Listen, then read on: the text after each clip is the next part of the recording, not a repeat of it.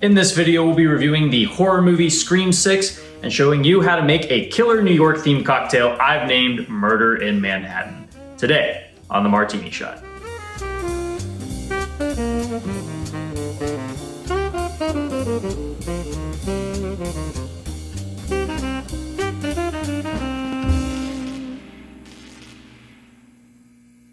Hello and welcome to the Martini Shot, home of movie reviews and movie-themed cocktails. My name is Brandon. Before we get into the review, let's put a contemporary twist on a classic, just like Scream does, with a robust cocktail I've named Murder in Manhattan. And hey, if you enjoy movie reviews and movie-themed cocktails, be sure to leave a like and subscribe if you'd like to help support the channel. The Manhattan is one of my favorite classic cocktails and my go-to order at a fancy bar when I want to look like I know what I'm talking about. The simple combination of whiskey, vermouth, and bitters creates a spirit-forward cocktail with a little bit of spice, sweetness, and bitterness, with multiple variations existing out in the wild. So because Scream 6's setting is the Big Apple, I figured I would put my own twist on this New York classic.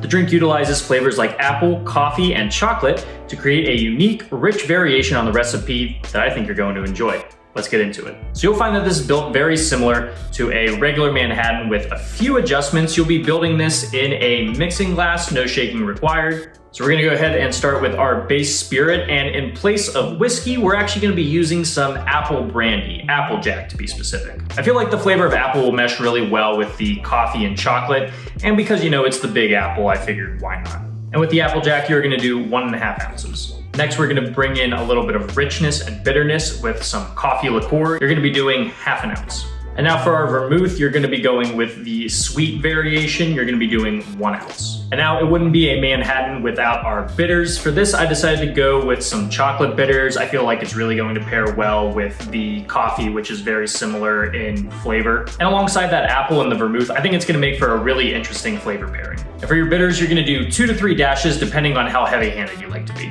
Now we're gonna go ahead and pack our mixing glass with ice, get it as cold as possible, and we're gonna stir to chill. And now we're gonna go with the traditional style of serving a Manhattan that is straight up without any ice in a coupe glass. And now for our garnish, we are also gonna be going the traditional Manhattan route with a skewered maraschino cherry. And there you go, now you have a Murder in Manhattan. So yeah, like I said, there's a lot of richness to this cocktail. It's almost very dessert-like, and I think that will kind of depend on how heavy-handed you want to be with those chocolate bitters, because the chocolate definitely comes through a lot in this. But you also get that slight crispness of the apple brandy underneath, along with a touch of bitterness from the coffee liqueur. And the vermouth is also hidden under there pretty well. You can definitely pull a little bit of sweetness from it, but you don't really get that kind of licorice-y taste that usually comes with vermouth. And unlike a normal Manhattan, I find this one to be a lot more approachable for the common drinker. It's not too spirit-forward. I think you could even up the apple brandy a little bit more, maybe up to 2 ounces if you really want to get more of a punch there. But as is, it's a very classy drink, very easy to drink, great for right after dinner or just winding down the night. Very happy with this one. Now that we have our drink, let's dive straight into the review of Scream 6. I'm gonna cut right to the chase. I'm getting a little tired of talking about classic horror movie sequels, prequels, requels, pee-pee, poo-poo, etc. Once in a blue moon, you'll get one that's halfway decent, but more often than not, you'll get a film that either lazily copies the formula of its predecessor without trying to be unique, or fundamentally misunderstands why the original film worked as well as it did. I feel like I sound like a broken record each time a new one comes around, but I'm really running out of things to say when movies like this pop up. Last year's annoyingly titled Scream, which is actually the 5th installment in the franchise, was a fun enough meta slasher that tried to tap into the self-awareness of the original, even if it never led to anything all that surprising or unique for the franchise. But even then, I realized this franchise didn't have many more places to go from here. Man, is that ever more apparent than this sequel. Scream 6 is yet another tired retread of familiar territory, doing next to nothing to surprise or build upon the foundation of the series beyond what you'd expect. The characters feel flat and unengaging, the scares are lackluster and unoriginal, and the story and its big reveal are quite the mess. I'm honestly a little shocked this film has been getting the kind of praise it has, because in my opinion, there's nothing in this film that can't be found better in other movies. including Scream's prior films. So after surviving a Ghostface copycat killing spree, Sam Carpenter, her sister Tara, and fellow friends and survivors Chad and Mindy relocate to New York City in hopes of moving past their shared trauma.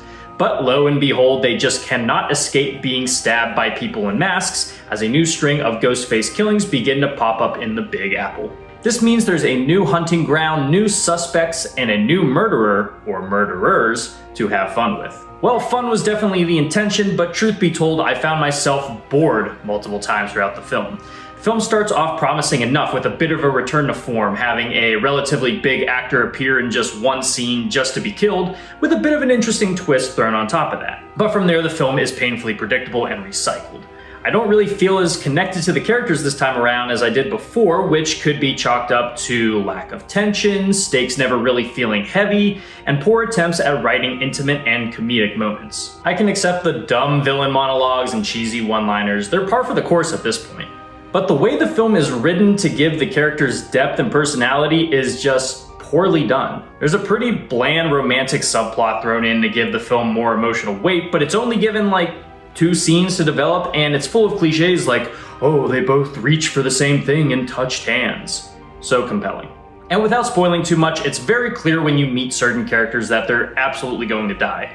Which isn't always a bad thing, but my god, does this film have an issue with actually killing anybody.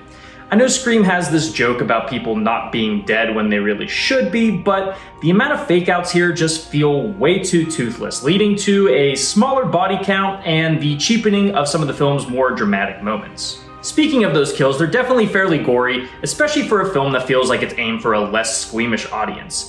There's ample amounts of blood, guts, and non-lethal stabs to vital arteries, but these just started to get boring after a while. I get stabbing is kind of Ghostface's thing, but I would have liked to see some more off-the-wall kills thrown in, something akin to the garage door or metal pipe kills from previous films.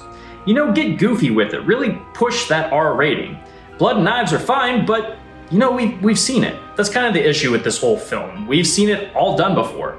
Is it fun to guess who the killer is? Sure, but I found the twist to be incredibly obvious from very early on, and there's no real fun in deducing who it was to begin with because it all gets revealed through conveniences rather than clues. Are the kills fun? Well, they're fairly gory, but a lot of them are just boring knife play without any real creativity. Is it a fun subversion or critique of horror tropes? No, it's the same as the previous film, where it thinks acknowledging the cliches while still committing to those cliches makes it clever.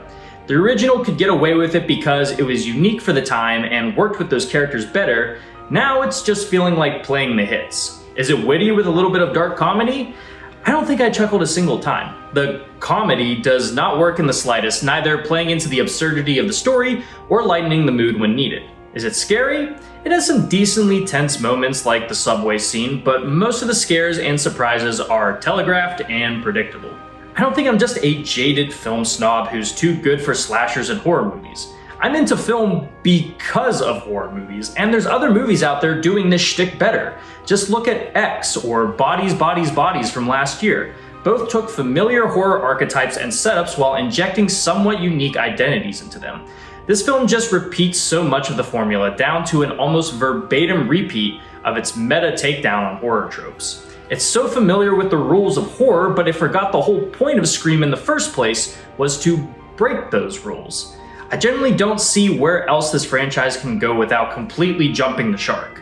The 6th installment is a predictable, uninteresting, weakly written rehash that plays out like a high-budget straight-to-DVD slasher refusing to let go of the past because it's all it has to garner attention. For my rating, I'm giving this 1.5 home phones out of 5. Guys, thank you for tuning in to this episode of the Martini Shot. If you saw Scream 6, let me know what you thought about it down in the comments. And if you like what you saw here and would like to see more, don't forget to like, subscribe, and follow me across all social media channels. Those links are down in the description below. And if you enjoy movie reviews and movie-themed cocktails, be sure to check out my website, martinishot.blog. Until next time, thank you again for watching. I'll see you in the next one. Live deliciously, but please remember to drink responsibly.